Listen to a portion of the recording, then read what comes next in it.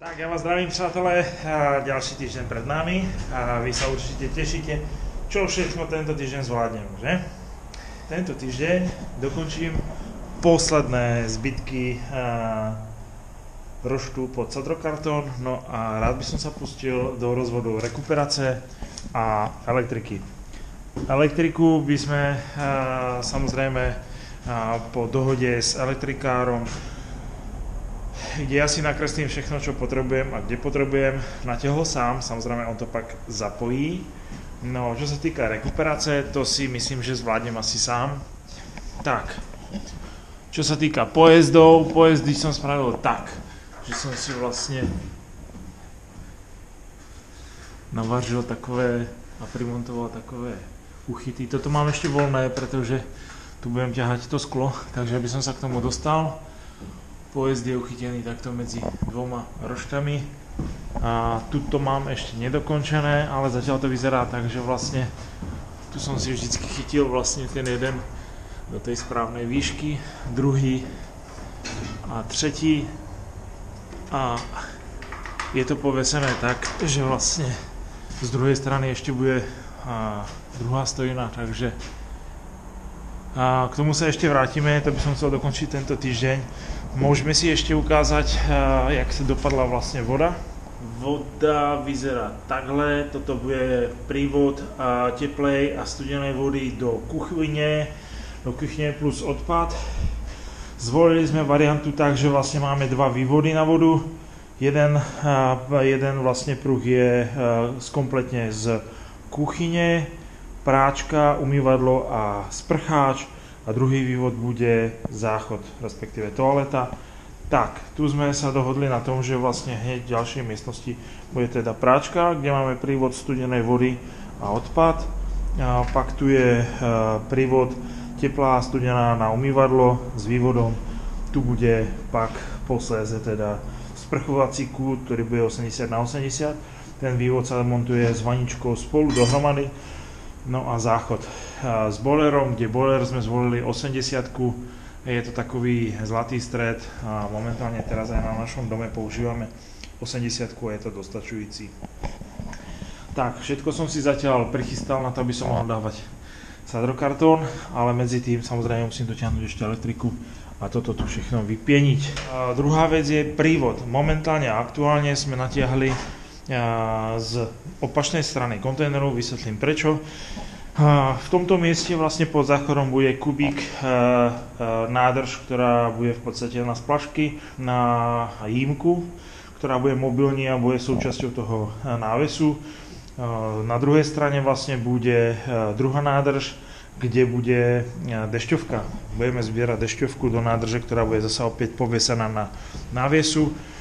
Trubkou pak potom posléze sa z tej dešťovky dostaneme do strednej časti návesu, kde bude tretia nádrž, kde bude vlastne filtrace a z tej dešťovky použijeme vodu, tu budeme ju zbierať, bude tu čistá voda, ktorú pak posléze zasa vytiahnem a pustím do obehu.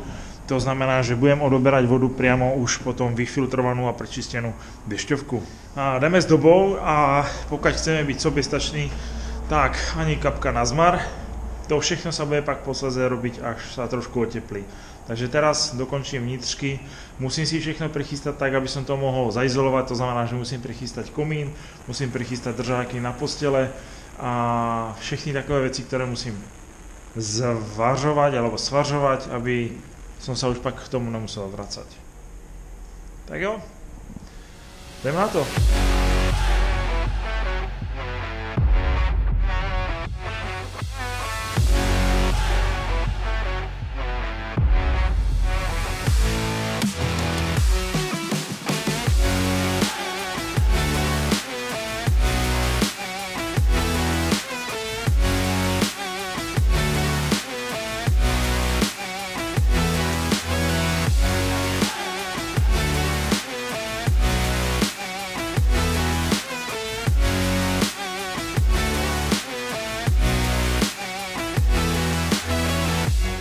Len průběžná informace, čo sa týka rekuperace, doporučil by som vždycky na mieste, kde sa bude nejakým spôsobom dotýkať železa alebo nejakého profilu, dať si vždycky nejaký polystyrén zevnitř aj zvenku do toho profilu. Nič tým nepokazíte. Dôležité je, aby sa vlastne nedotýkala trubka kovovej časti, tak ako z vrchu, tak aj zevnitř. A predídeme tým vlastne takovým tým rezonancím alebo nejakému hukotu v miestnosti. Tak, teď ešte spravil som si to tak, že mám vlastne časť domu, kde sa bude odsávať vzduch a časť domu, kde bude fúkať alebo prifúkovať čerstvý vzduch. Takže jedna bude vlastne v rámci obýváku dovnitř a ložnice, tam potrebujeme čerstvý vzduch. No a odsávať budeme vlastne nad kuchyňou a v kúpeľni. A budeme kúpať rekuperáciu, ktorá má účinnosť 94%.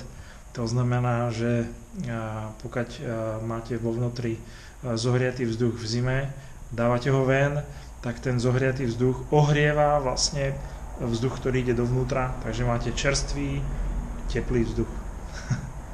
Zohriatý. Tak, a je tam tá 94% účinnosť. Tak, idem na to, ďalej.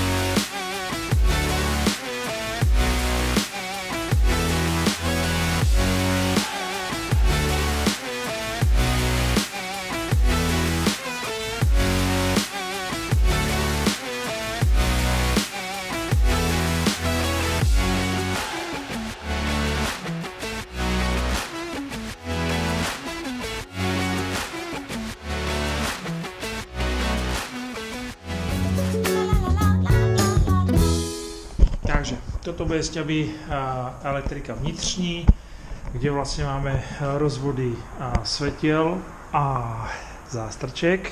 Ja si to všechno nafotím, pokud by bolo treba, samozrejme.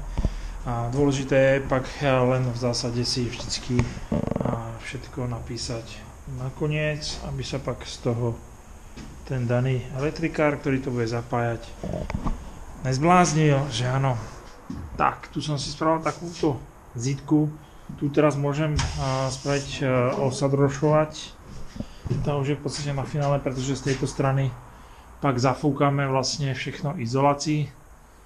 A dal som si tak medzi to v podstate tie pianové takové proužky, aby to nerezonovalo dohromady. Nikde to není spojené se železom, to znamená, že všade je to odizolované minimálne nejakou pienou alebo polystyrenom. Tak ako aj na vrchu, tak vlastne v každom bode, kde by sa to mohlo dotýkať, máme vnitřní elektriku s tým, že tu bude vlastne dvojpatrová posteľ, tak som si hneď prichystal zástrčku aj na horní stranu, pokiaľ by bola treba nabíjačka, tu budú 3-4 svetla s tým, že tu bude skříň.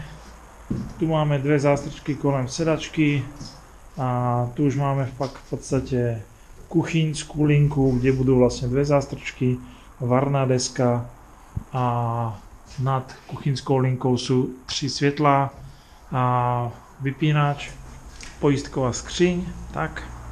A pak tu máme vlastne vypínač, venkovní svetlo, vnitřní svetlo, schodišťák, tak aby sme, keď pôjdeme dovnitř, nemuseli prepínať a vracať sa, keď pôjdeme do ložnice. A v obýváku som sa rozhodol, že bude 1, 2, 3, 4 svetlá. Tak, čo sa týka pak kúpeľne, tu budú dve svetlá, zástrčka na pračku, z tej sa spraví odbočka na nejakú malú zástrčku, pokiaľ by bolo treba na holicí strojek, a to je v zásade asi všetko. No a samozrejme na venek som si nechal vývod v podstate na dve zástrčky, jedna bude tam a druhá v tom druhom stojane, takže máme v podstate venku dve zástrčky. Tak, pokiaľ by bolo treba nejakú ďalšiu elektriku, treba rekuperácie vzduchu, čerpadlo a takové veci. Mám prichystané dva vývody, to znamená, že ja si tam teraz nainstalujem ešte tieto trubky, cez ktoré pak potom pretiahnem potrebnú elektriku, ktorú by bolo treba dotiahnuť. Cez tú elektriku pak potom budeme napájať vlastne cez fotovoltaiku celý systém, pokiaľ nespravím venku zástrčku a ak bude možnosť, tak sa napojím na klasický zdroj a budem si ťahať energiu z klasického zdroja.